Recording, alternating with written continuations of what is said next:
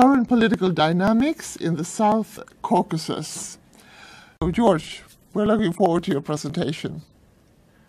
Okay, good afternoon, ladies and gentlemen. In the first place, I want to thank you, Karina, and the University of Malmö for this excellent opportunity to present my take on the current dynamics in the South Caucasus region. As far as I know, you are conversant with the region, you know its location, you know that the three countries of the South Caucasus were part of the Soviet Union, and that has been an intriguing question for many scholars in international relations, in political science, and in the related disciplines. Why the three countries of the South Caucasus have so divergent paths in domestic as well as international policies, in their foreign policies? Okay, today distinction between international and domestic policies has become increasingly blurred, but from the very outset, since the dissolution of the Soviet Union, so the interesting question for the specialists in the mentioned disciplines, as well as for the ordinary citizens, was why the three countries? All three countries part of the Russian Empire, so countries with so many commonalities, with not so dissimilar cultural backgrounds, have developed pretty analogous domestic policies in the first year after the dissolution of the Soviet Union, but their international orientation, their foreign policies were very divergent. Georgia has been squarely pro-Western, pretty much from the very outset, from the day of the Soviet Union dissolved. Armenia, after playing with the Western powers, became staunch Russian ally. And Azerbaijan, being rhetorically pro-Western, is unfortunately sliding into the authoritarian dynastic state. So, until very recently, the differences were mostly foreign but not domestic. But in the over the last 2-3 years, as long as Georgia has been approaching the European Association Agreement and the CFTA, Deep and Comprehensive Free Trade Agreement, Armenia joined Eurasian Union, and Azerbaijan has become increasingly isolated, having joined the non-aligned movement. So even domestic policies of the state have become divergent. And of course, this is a vexing question, both to the citizens of the three republics, to the citizens and political makers of the neighboring countries, and for me personally, most importantly, for the Western partners and friends. Because if we compare South Caucasus region with the Baltic states or with the Visegrad countries, we will see that for all the differences that the three states of the Baltic states and 4 states of the Visegrad countries had between themselves, they were related to border issues, to the trade, to the tariffs, even territorial disputes. They had one very common, very important and crucial pillar in their foreign policy. They were oriented towards European and Euro-Atlantic integration. And this common agenda plastered over their other issues. And as a region, it was far more easy for the European Union, for NATO, for the United States to deal with the countries, because they knew that the common denominator, the bottom line of all these countries, all the countries of the named regions, was becoming Western states. Okay, streamlining their policies so that so they conform to the policies of the Western countries. And we see that over the last 2 decades, the mentioned countries, okay, with some reservation and some exceptions, have been reporting steady economic growth. That was not the case for the three countries of the South Caucasus. So because of the oil revenues of Azerbaijan, because of the special status of Armenia diaspora, and because of the Georgian pro-Western credentials and internal troublesome developments, the three countries have diverged on many issues: economic, political, domestic, and most importantly foreign. So the most recent event that had profound implications on the three countries of the South Caucasus is Ukrainian crisis. So it was a very stark reminder for all three countries that the West will not come to help. That was very sad realization, but if the West hasn't come to the help of Ukraine, obviously no one will fight for the three countries of the South Caucasus. Each push comes to shove and relations deteriorate.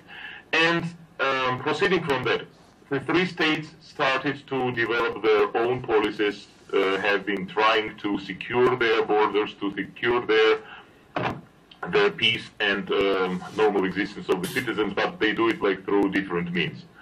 So I anticipate questions, profound remarks regarding the means the countries have been pursuing. But briefly, I can say the following: that Georgian internal development, unfortunately, has been the disappointment because it has become so evident the country lacks political culture.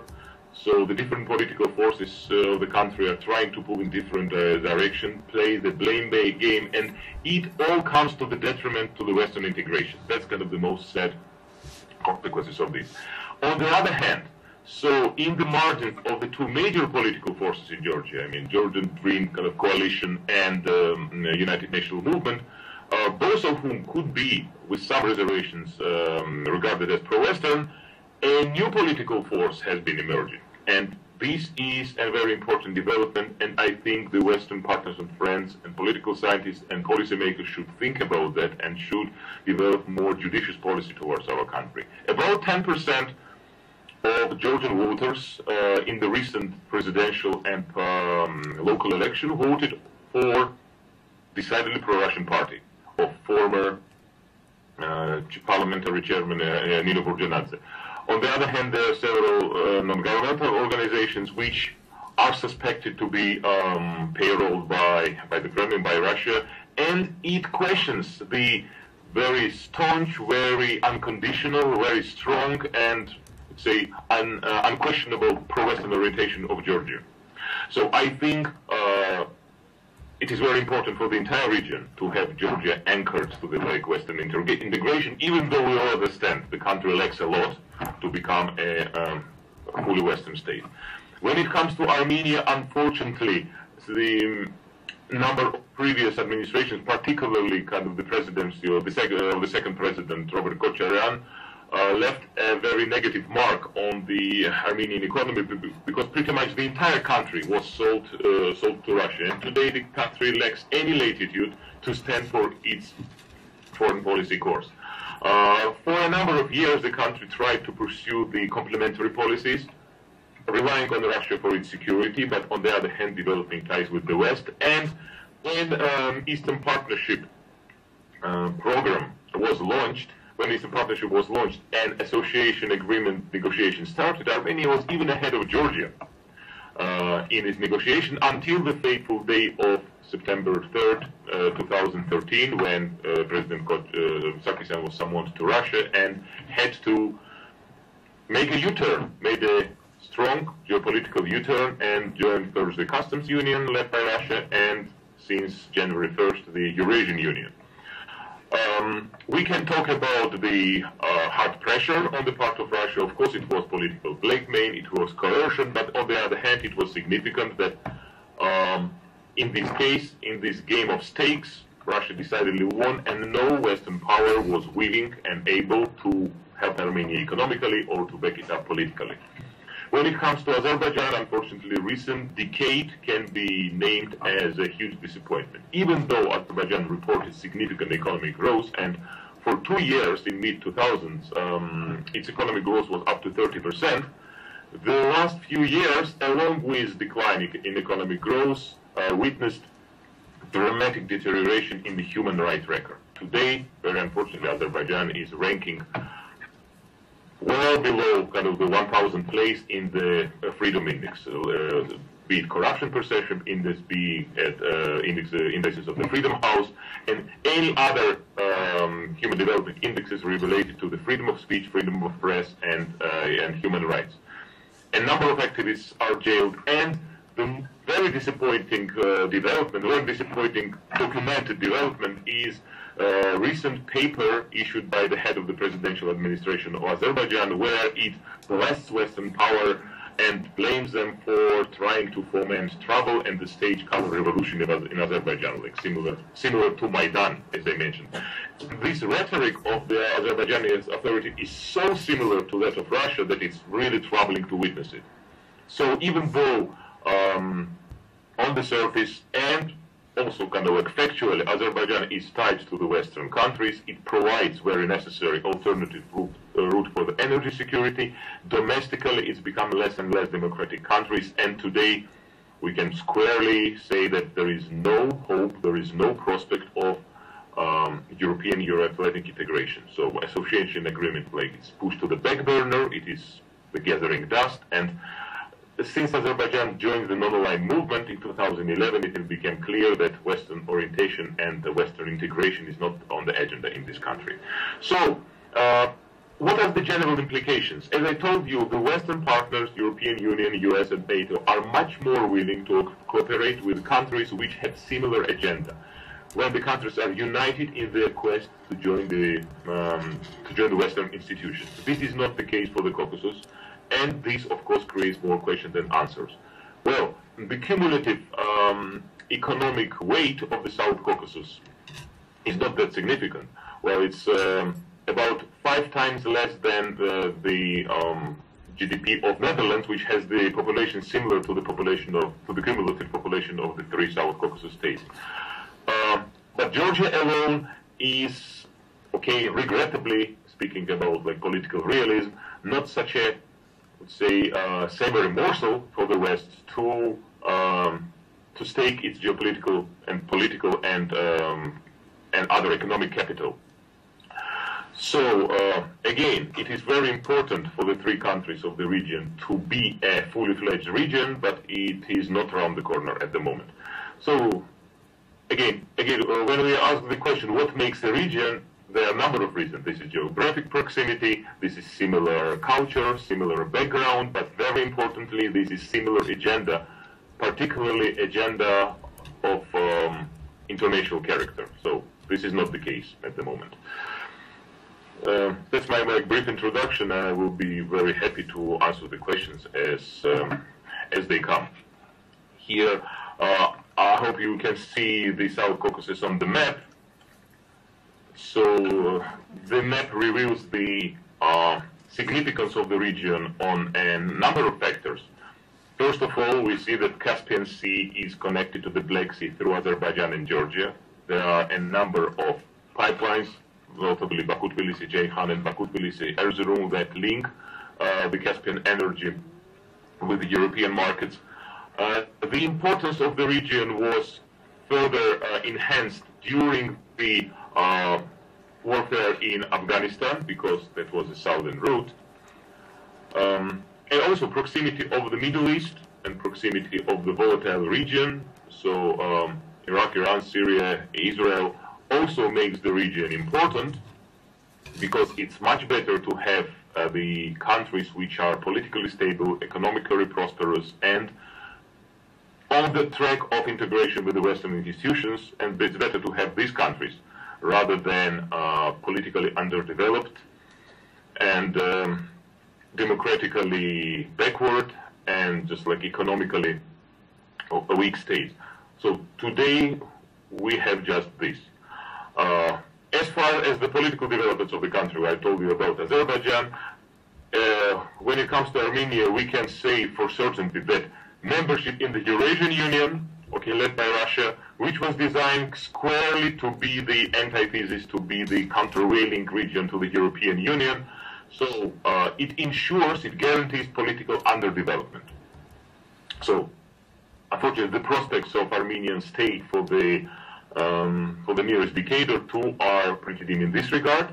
So in Georgia, even though there is European integration on the agenda, very hopefully visa liberalization will come to pass by the end of the year. It will be very helpful, but again, there are more questions than answers. Georgia is vulnerable.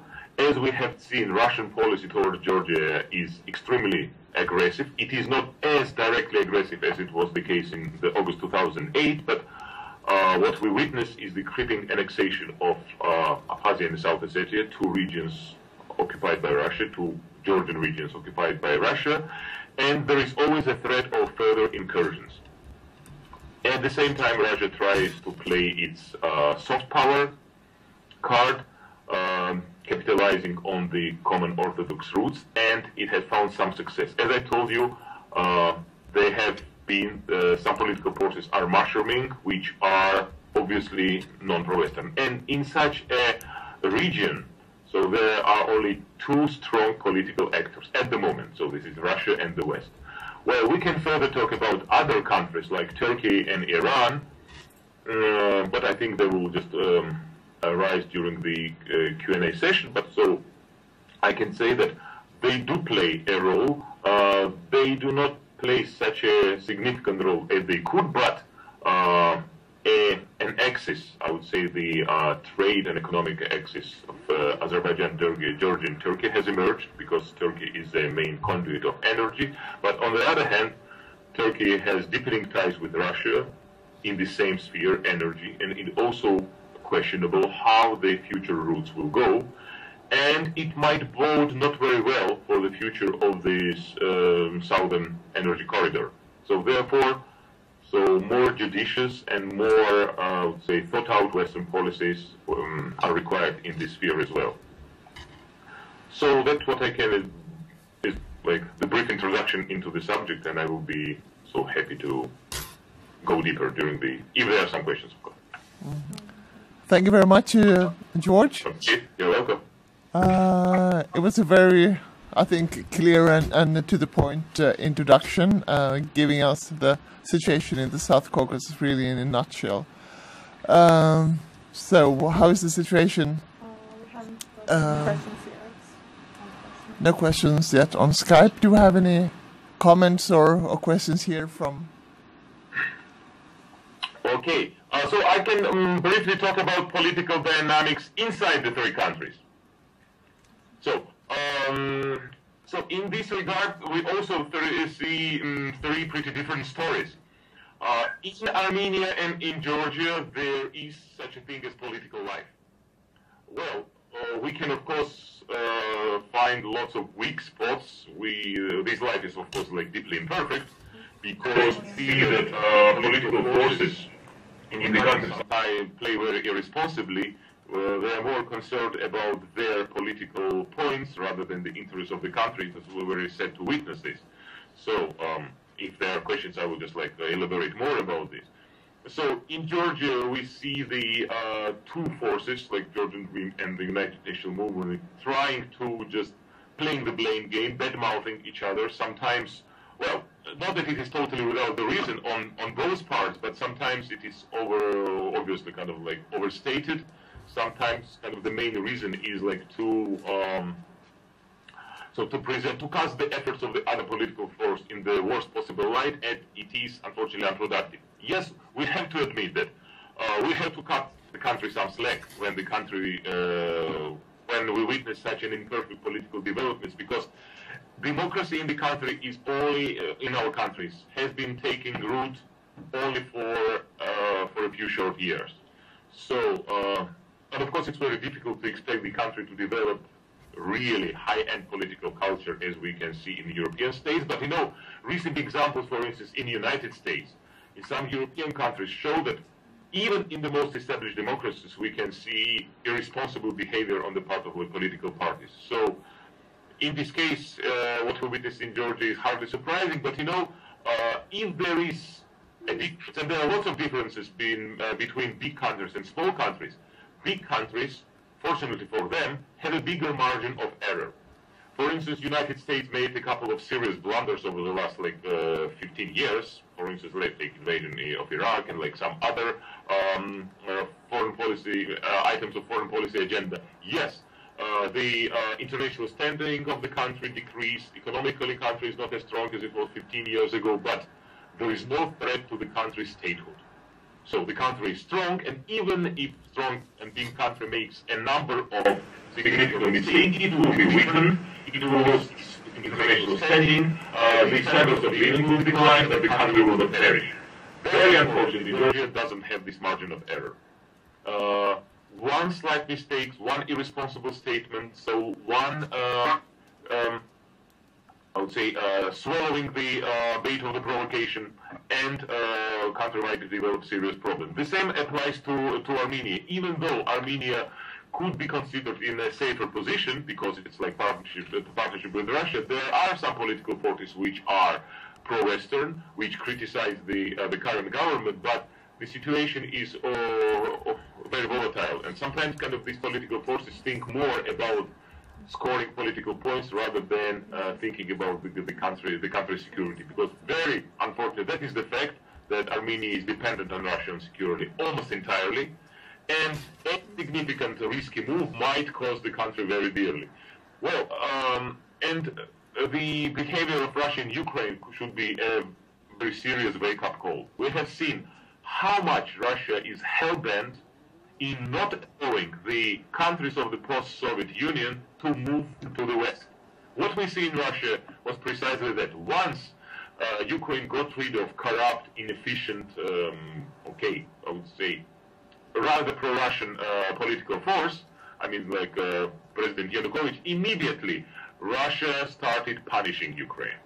And we should keep in mind, this is Ukraine, this is the Slavic nation, this is a nation with significant historical commonalities and kinship with Russia. And if Russia resorts to such brutal measures against the country, which until recently considered a friendly country, king country, so one can imagine how serious Russian policies will be like towards the countries of the South Caucasus. So this might partially explain why political situation in Armenia is still pretty stable and the pro-Western forces don't have a significant pull because of overwhelming dependence on Armenia and Russia for security. In Azerbaijan, so however cynical it may sound, currently very undemocratic political setup in Azerbaijan might be a guarantee of its security vis-a-vis Russia, because today's Russia likes Azerbaijan for its being very undemocratic. And if we recall the events of 2013, Russia even helped current President Haydar Aliyev to stay in power by refusing the citizenship to its potentially main rival, the film director Ibrahimov, if I'm not mistaken, that's his last name. So it seems that current regime in Azerbaijan suits Russia well, current regime in Armenia suits Russia well, current political situation in Georgia does not suit Russia well, and therefore it is trying to derail Georgia from its western quest. And the very serious and very stark question, so should Georgia continue on its path, on its stubborn path toward the West? Will it be worthwhile? Will the Western partners and friends come to help, at least politically? Or Georgia could face further trouble if it continued this path and if the Western help is not there. We have one question now.